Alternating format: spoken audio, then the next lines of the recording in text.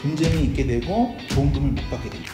이 정보는요, 온라인 어디서도 쉽게 볼 수 없는 내용이니 널리 공유해서 알려주시면 좋겠습니다.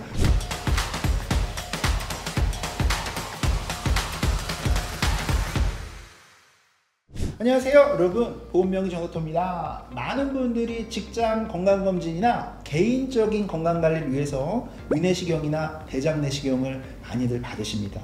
검사 이후에 진단 결과에 따라 보험금을 받을 수 있다는 사실을 많이들 알고는 계실 겁니다. 하지만 오늘은 단순한 정보가 아니고 놓치고 계셨던 중요한 보상 실무에 관한 핵심적인 내용을 보험금 청구 꿀팁으로 알려드릴 수 있도록 하겠습니다. 먼저 내시경 검사는 두 가지 목적으로 크게 이루어집니다. 환자가 증상이 있는 거예요. 몸에 이상이 있어서 병원에 방문을 했고 의사가 검사를 권유한 경우입니다. 이때는 실손보험에서도 검사 비용 급여 항목이랑 비급여 항목에 대해서 보상을 받을 수 있는 점 꼭 기억해 주시고 실손 청구를 하시면 됩니다.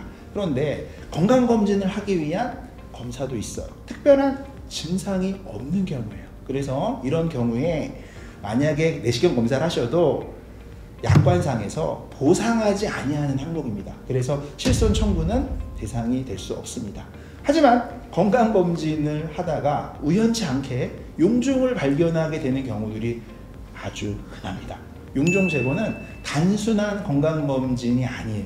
수술로 우리는 보기 때문에 이때 실비와 수술비 청구를 할 수가 있습니다. 그런데 우리는 종양의 성격을 조직검사 결과지를 통해서 판단을 하거든요. 이때는 수술비로 청구해야 되는 부분과 암으로 청구할 수 있는 부분이 좀 나뉘게 되는데요. 선종은 조직검사를 통해서 확인할 수 있는데 암으로 발전할 가능성이 없는 선종이야. 이를 저등급 이형성증의 선종, 반대로 암이 될 수도 있는 선종을 고등급 이형성증의 선종이라고 합니다. 종양의 형태나 종양의 성격을 분류할 때 우리나라 기준으로만 판단하는 게 아니고 국제적인 질병 분류 체계를 따라서 고등급 이형성증에 대한 선종을 판단하게 되는데, 그런데 우리나라의 의사들은요, 일반암이나 고액암으로 진단서상에 질병 코드를 써줘야 되는데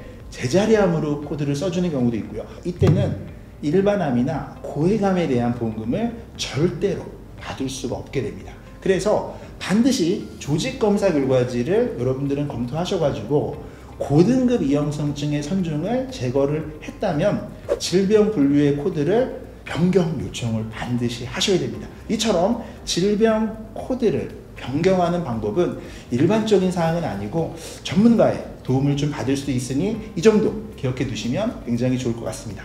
그리고 용종을 제거했는데 암이 되지 않는 성격일 경우에는 수술비를 청구할 수 있다라고 제가 안내를 드렸는데 2008년 이전에 옛날 보험을 가지고 계신 분들이 있어요. 이때는 생명보험에서 1종부터 3종까지 수술비에 대한 특약을 가입이 돼 있으실 거예요. 이때는 1종 수술비로 용종 제거 시에는 보험금 청구를 할 수 있다, 이렇게 설명드리고요.